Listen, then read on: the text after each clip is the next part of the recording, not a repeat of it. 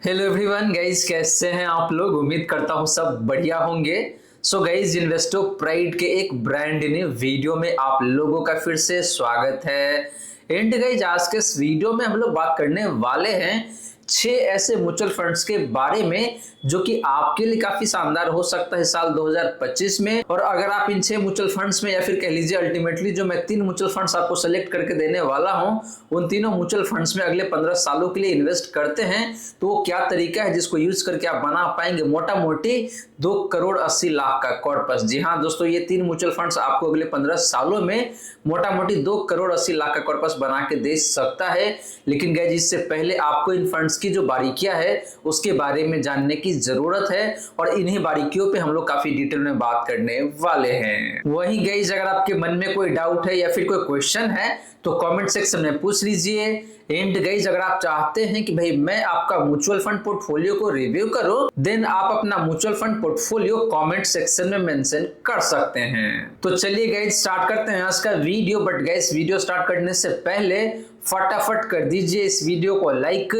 And guys, आपने channel को अभी तक सब्सक्राइब नहीं किया हुआ है देन प्लीज सब्सक्राइब कीजिए चैनल को। साथ के साथ गाइस, नोटिफिकेशन बेल ऑन करके ऑल पे क्लिक कर लीजिएगा, ताकि जब भी इस चैनल पे वीडियो लेके आऊंगा सारे ही वीडियो का नोटिफिकेशन आपको मिलता रहेगा। तो गाइस, जैसे मैंने आपको बताया कि भाई आज के इस वीडियो में हम लोग बात करने वाले हैं 6 ऐसे म्यूचुअल फंड्स के बारे में जो कि साल 2025 में आपके लिए बेहद ही शानदार हो सकता है, और अगले 15 सालों में आपको 2 करोड़ 80 लाख का जो कॉर्पस है ये बना के दे सकता है। तो चलिए गाइस, पहले बात कर लेते हैं 2 ऐसे फ्लेक्सी कैप म्यूचुअल फंड्स के बारे में जो कि आपके लिए काफी बेहतरीन होने वाला है। तो गाइस, बात करें सबसे पहले फ्लेक्सी कैप फंड्स के बारे में, तो यहाँ पे हम लोग 2 फंड्स के बारे में बात करेंगे फ्लेक्सी कैप कैटेगरी का। पहला फंड है आपका JM flexi cap fund, second fund है गाइस यहाँ पे आपके लिए HDFC flexi cap fund. And guys, इन दोनों फंड्स को हम लोग कंपेयर करने वाले हैं इसके कैटेगरी एवरेज से। तो पहले बात कर लेते हैं आपका हिस्टोरिकल रिटर्न का। तो लास्ट 1 ईयर में जेएम फ्लेक्सी कैप फंड का जो रिटर्न है गाइस वो है यहाँ पे आपका 45% का। एचडीएफसी फ्लेक्सी कैप फंड का लास्ट 1 ईयर का रिटर्न की बात करें तो वो है यहाँ पे आपका 36.53% का। एंड बात करें कैटेगरी एवरेज का लास्ट 1 ईयर का रिटर्न का, तो वो निकल के आता है यहाँ पे आपका 30.91% का, मोटा मोटी 31% का है। तो गाइस, लास्ट 1 ईयर में दोनों ही फ्लेक्सी कैप फंड्स का जो रिटर्न है अपने कैटेगरी एवरेज से काफी अच्छा दिखने को मिल रहा है। वो चाहे बात करें आप जेएम फ्लेक्सी कैप फंड का या फिर एचडीएफसी फ्लेक्सी कैप फंड का। हालांकि बात करें इन दोनों में से एक बेहतरीन फंड का जिसका रिटर्न लास्ट 1 ईयर में बेहतर है, तो वो फंड है यहाँ पे आपके लिए JM flexi cap fund,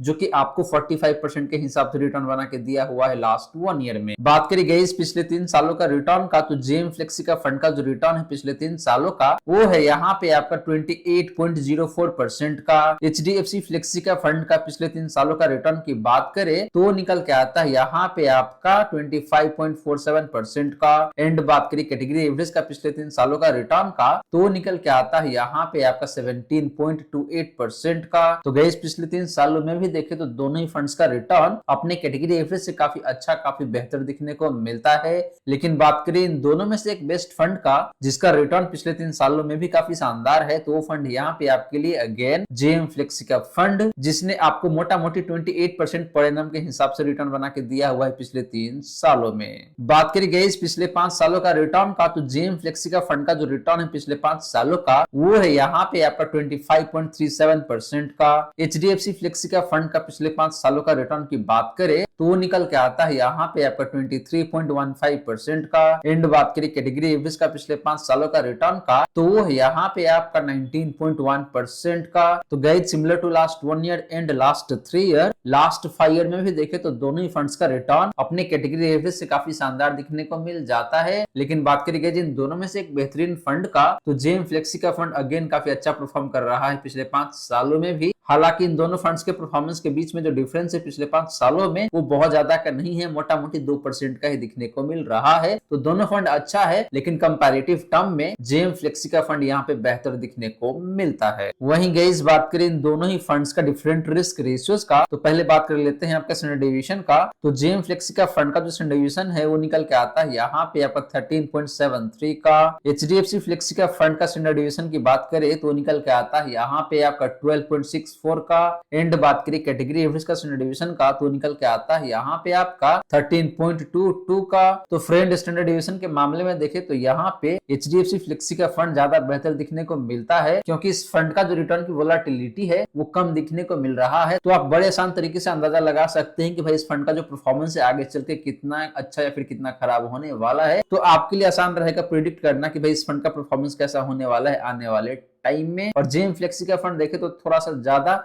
volatile रहता है। बात करें गैज साप रेशियो का तो जेएम फ्लेक्सी का फंड का जो साप रेशियो है वो निकल के आता है यहाँ पे आपका 1.45 का। HDFC फ्लेक्सी का फंड का साप रेशियो की बात करें तो निकल के आता है यहाँ पे आपका 1.34 का। एंड बात करें कैटेगरी एवरेज का साप रेशियो का तो निकल के आता है यहाँ पे आपका 0.79 का। तो गैज साप रेशियो के मामले में देखो तो दोनों फंड्स बेहतर है अपनी कैटेगरी एवरेज से। इसका मतलब यही गैज कि दोनों फंड्स का जो रिटर्न है बेहतर रहता है अपने रिस्क के कंपैरिजन में। और कैटेगरी एवरेज देखे तो रिस्क ज्यादा लेता है एंड रिटर्न आपको कम बना के देता है। हालांकि बात करें इन दोनों में से एक बेहतरीन फंड का जिसका साप रेशियो बेहतर है, दो फंड है यहाँ पे आपके लिए जेएम फ्लेक्सी का फंड। हालांकि दोनों फंड्स के साप रेशियो के बीच में बहुत ज्यादा का अंतर नहीं है।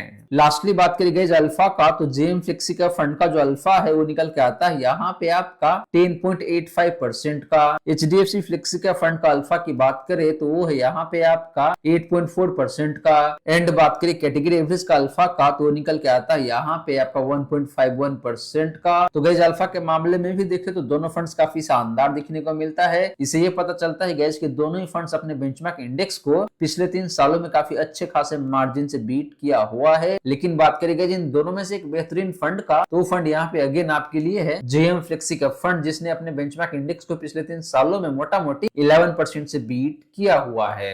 तो गाइज ये रही बात आपका इन दोनों ही फ्लेक्सी का फंड्स का हिस्टोरिकल रिटर्न का एंड डिफरेंट रिस्क रेशियोज का। और गाइज यहाँ पे देखे तो ओवरऑल रिटर्न के मामले में जेएम फ्लेक्सी का फंड ज्यादा बेहतर दिखने को मिलता है। वहीं बात करें रिस्की एलिमेंट के मामले में तो उस केस में HDFC फ्लेक्सी का फंड आपके लिए ज्यादा बेहतर दिखने को मिल रहा है। तो आप इन दोनों में से किसी एक फंड को चूज कर सकते हैं अपने रिस्क प्रोफाइल को ध्यान में रखते हुए। हालांकि गाइज अगर आप मेरे से पूछेंगे कि भाई मेरे लिए कौन सा फंड यहाँ पे बेहतर होगा, तो मैं थोड़ा सा ज्यादा रिस्क लेना जानता हूँ या फिर चाहता हूँ तो मैं जाऊंगा जेएम फ्लेक्सी का फंड के साथ, ना कि HDFC फ्लेक्सी का फंड के साथ। वहीं अगर आप थोड़ा सा कम रिस्क लेना चाहते हैं इन दैट केस आप जा सकते हैं HDFC फ्लेक्सी का फंड के साथ। गाइज अब चलिए गाइज बात कर लेते हैं ऐसे ही 2 मिड कैप म्यूचुअल फंड्स के बारे में जो कि आपके लिए बेहद ही शानदार हो सकता है और आने वाले 15 सालों में आपको बेहतरीन तरीके से पैसे बना के दे सकता है। तो गाइज बात करें मिड कैप फंड्स का तो यहाँ पे भी हम लोगों ने 2 फंड चूज करा हुआ है मिड कैप कैटेगरी से। पहला फंड है आपका HDFC mid cap opportunity fund. Second fund है यहाँ पे आपके लिए Motilal Oswal mid cap fund. And guys in दोनों फंड्स को भी हम लोग कंपेयर करने वाले हैं इसके कैटेगरी एवरेज से। तो पहले बात कर लेते हैं आपका हिस्टोरिकल रिटर्न का। तो लास्ट 1 ईयर में HDFC मिड कैप फंड का जो रिटर्न है जो निकल के आता है यहाँ पे आपका 36.63% का। Motilal Oswal mid cap fund का लास्ट 1 ईयर का रिटर्न की बात करें तो निकल के आता है यहाँ पे आपका 62.62% का। एंड बात करी गई इस कैटेगरी एवरेज का पिछले 1 साल का रिटर्न का तो निकल के आता है यहाँ पे आपका 37.05% का। तो गाइज लास्ट 1 ईयर में यहाँ पे देखे तो undoubtedly Motilal Oswal mid cap fund काफी शानदार दिखने को मिल रहा है। और गाइज मैंने भी इस फंड में ऑलरेडी इन्वेस्ट किया हुआ है, मेरा SIP चल रहा है, ये मैं आपको बता दूं। यहीं पे एक थोड़ा सा डिस्क्लेमर भी है आप सभी के लिए। बात करी गई पिछले 3 सालों का रिटर्न का तो HDFC मिड कैप फंड का जो रिटर्न है पिछले 3 सालों का वो निकल के आता है यहाँ पे आपका 28.85% का। Motilal Oswal mid cap fund का पिछले 3 सालों का रिटर्न की बात करें तो वो है यहाँ पे आपका 36.29% का। एंड बात करें कैटेगरी एवरेज का पिछले 3 सालों का रिटर्न का तो वो निकल के आता है यहाँ पे आपका 23.24% का। तो गैस पिछले 3 सालों में भी देखे तो यहाँ पे दोनों ही फंड्स का रिटर्न अपने कैटेगरी एवरेज से बेहतर दिखने को मिलता है। स्पेशली बात करें Motilal Oswal mid cap fund का तो इसका रिटर्न काफी शानदार दिखने को मिल जाता है 36.29% का। बात करी गई पिछले 5 सालों का रिटर्न का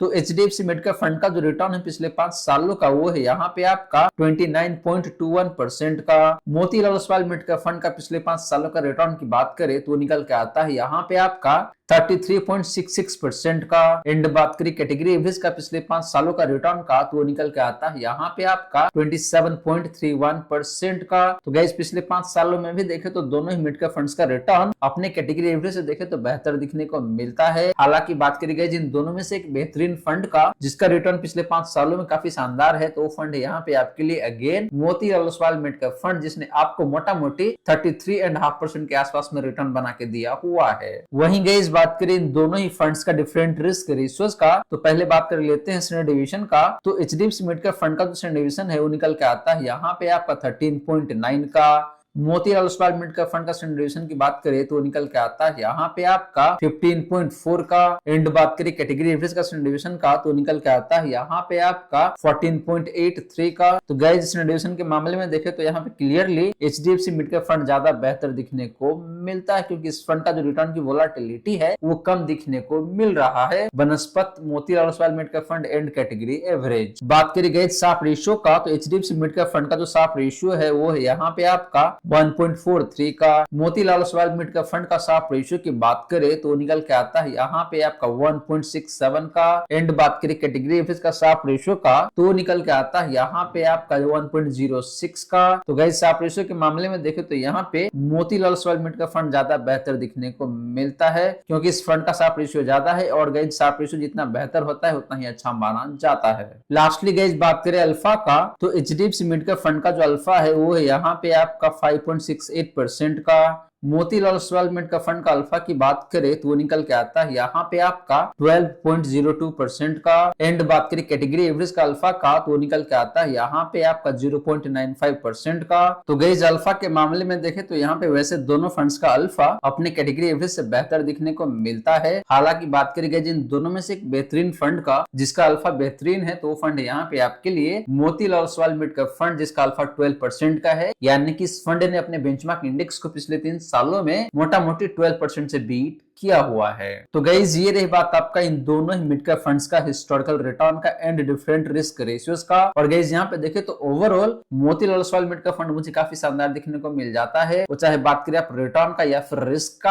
हाँ, रिस्क के मामले में देखें तो इस फंड का स्टैंडर्ड डिवीजन थोड़ा सा हायर साइड में जरूर है। तो अगर आप एक ऐसे फंड के साथ जाना चाहते हैं जहां पे वोलेटिलिटी कम है, इन दैट केस आप एचडीएफसी मिड कैप फंड को चूज कर सकते हैं। वहीं अगर आप एक ऐसे इन्वेस्टर है जो कि थोड़ा सा ज्यादा वोलेटिलिटी को झेल सकते हैं, इन दैट केस आपके लिए Motilal Oswal mid cap fund काफी शानदार हो सकता है। अब चलिए गाइस बात कर लेते हैं दो ऐसे ही स्मॉल कैप म्यूचुअल फंड्स के बारे में। एंड आपको बता दूं गाइस की वीडियो के एंड में मैं आपको यही बताने वाला हूं कि इन तीनों फंड्स में या फिर कह लीजिए इन 6 में से 3 फंड्स में अगर आप इन्वेस्ट करेंगे तो कैसे अगले 15 सालों में आप बना पाएंगे मोटा मोटी 2 करोड़ 80 लाख का कॉर्पस। तो गाइस बात करें स्मॉल कैप फंड्स का, तो यहाँ पे भी हम लोगों ने 2 फंड चूज करा हुआ है स्मॉल कैप कैटेगरी से। पहला फंड है आपका निप्पॉन स्मॉल कैप फंड, फिर है आपका Tata small cap fund. And guys इन दोनों फंड्स को हम लोग कंपेयर करने वाले हैं इसकी कैटेगरी एवरेज से। और गाइस आपको पहले ही बता दूं कि इन दोनों फंड्स में सिर्फ और सिर्फ एसआईपी ही अलाउड है, लमसम अलाउड नहीं है। तो पहले बात कर लेते हैं हिस्टोरिकल रिटर्न का। तो लास्ट 1 ईयर में निप्पॉन स्मॉल कैप फंड का जो रिटर्न है जो निकल के आता है यहाँ पे आपका 36.37% का। टाटा स्मॉल कैप फंड का पिछले 1 साल का रिटर्न की बात करें तो वो है यहाँ पे आपका 41.26% का। एंड बात करें कैटेगरी एवरेज का पिछले 1 साल का रिटर्न का, तो निकल के आता है यहाँ पे आपका 35.14% का। तो गाइस लास्ट 1 ईयर में दोनों फंड्स का रिटर्न देखे तो बेहतर ही दिखने को मिलता है।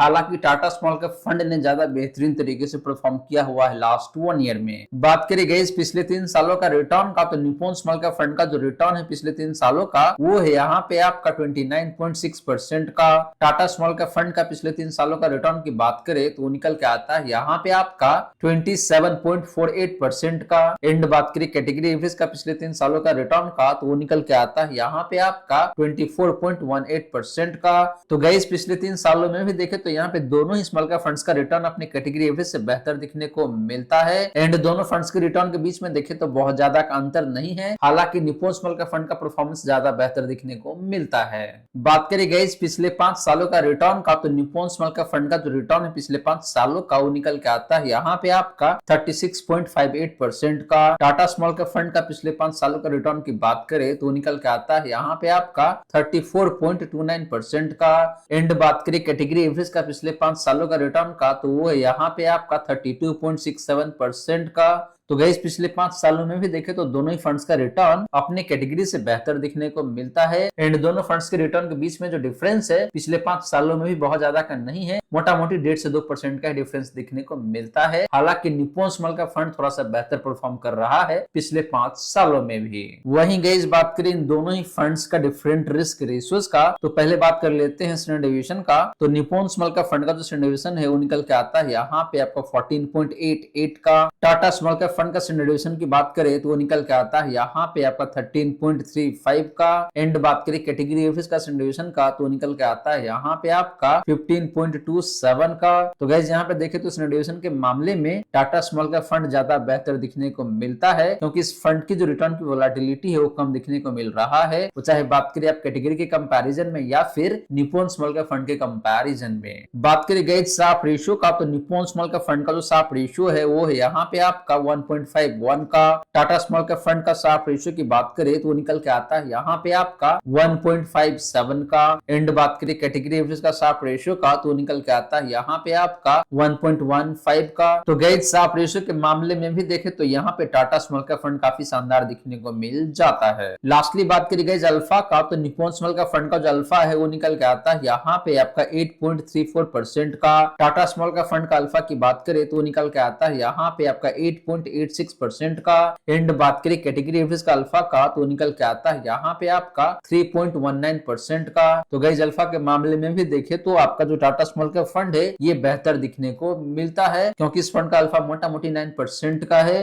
हालांकि निप्पॉन स्मॉल का फंड का भी अल्फा देखे तो ऑलमोस्ट सिमिलर लाइन पे दिखने को मिलता है, बहुत ज्यादा का अंतर नहीं है। तो गाइस ये रही बात आपका इन दोनों ही स्मॉल का फंड्स का हिस्टोरिकल रिटर्न का एंड डिफरेंट रिस्क रेशियोज का। और गाइस यहाँ पे देखे तो ओवरऑल मुझे टाटा स्मॉल का फंड ज्यादा बेहतर दिखने को मिलता है। अगर आप रिटर्न एंड रिस्क रेशियोज दोनों को एक साथ मिला के देखते हैं तो टाटा स्मॉल का फंड यहाँ पे बेहतर है। वहीं अगर आप सिर्फ रिटर्न के आधार पे ही जाना चाहते हैं, इन दैट केस आपके लिए निप्पॉन स्मॉल का फंड भी काफी शानदार हो सकता है। अब चलिए गाइस बात करते हैं कि भाई इन सारे ही म्यूचुअल फंड्स में कैसे आप अगले 15 सालों में इन्वेस्ट करके बना सकते हैं मोटा मोटी 2,80,00,000 का कॉर्पस। तो गाइस यहाँ पे क्वेश्चन ये है कि भाई ₹15,000 SIP can give you ₹2.8 crore in next 15 year. तो गाइस ये बिल्कुल सही है। और अगर आप मेरे बताए हिसाब से इन्वेस्ट करते हैं अगले 15 सालों के लिए इन सारे म्यूचुअल फंड्स में, तो आप बड़े आसान तरीके से बना सकते हैं मोटा मोटी 2,80,00,000 का कॉर्पस। तो गाइस यहाँ पे जो एसआईपी अमाउंट का यानी कि जो मंथली एसआईपी होने वाला है वो 15,000 पर मंथ के हिसाब से होने वाला है आपके लिए। जो एनुअल स्टेप अप है जो 15% का होने वाला है। अगर किसी को नहीं पता कि भाई स्टेप अप क्या होता है तो मैं उनको बता दूं कि भाई स्टेप अप का मतलब यहाँ पे ये है कि आपको हर एक साल अपने एसआईपी अमाउंट को 15% पर एनम के हिसाब से बढ़ाते चलना है। और हमारा जो एक्सपेक्टेड रेट ऑफ रिटर्न यहाँ पे है वो 18% का है। और गाइस जो टाइम पीरियड यानी कि जो इन्वेस्टमेंट होराइजन है वो 15 ईयर का होने वाला है। तो अगर आप इस तरीके से इन्वेस्ट करेंगे तो आपका जो इन्वेस्टेड अमाउंट है वो होगा 85,64,474 रुपीज। और इस इन्वेस्टमेंट अमाउंट पे आपको रिटर्न कितना मिल के आने वाला है तो 1,94,97,334 रुपीज, यानी कि आपको मोटा मोटी 1,95,00,000 के आसपास का प्रॉफिट होने वाला है। और दोनों को मिला दिया जाए तो गाइस यहाँ पे आपका जो कॉर्पस बनता है अगले 15 सालों में वो है मोटा मोटी 2,80,00,000